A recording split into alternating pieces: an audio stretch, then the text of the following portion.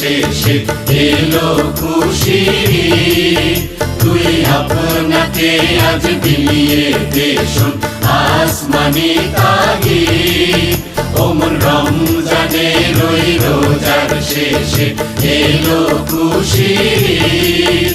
তুই আপনাকে আজ বিলিয়ে দে শোন আসমানি তাগিদ।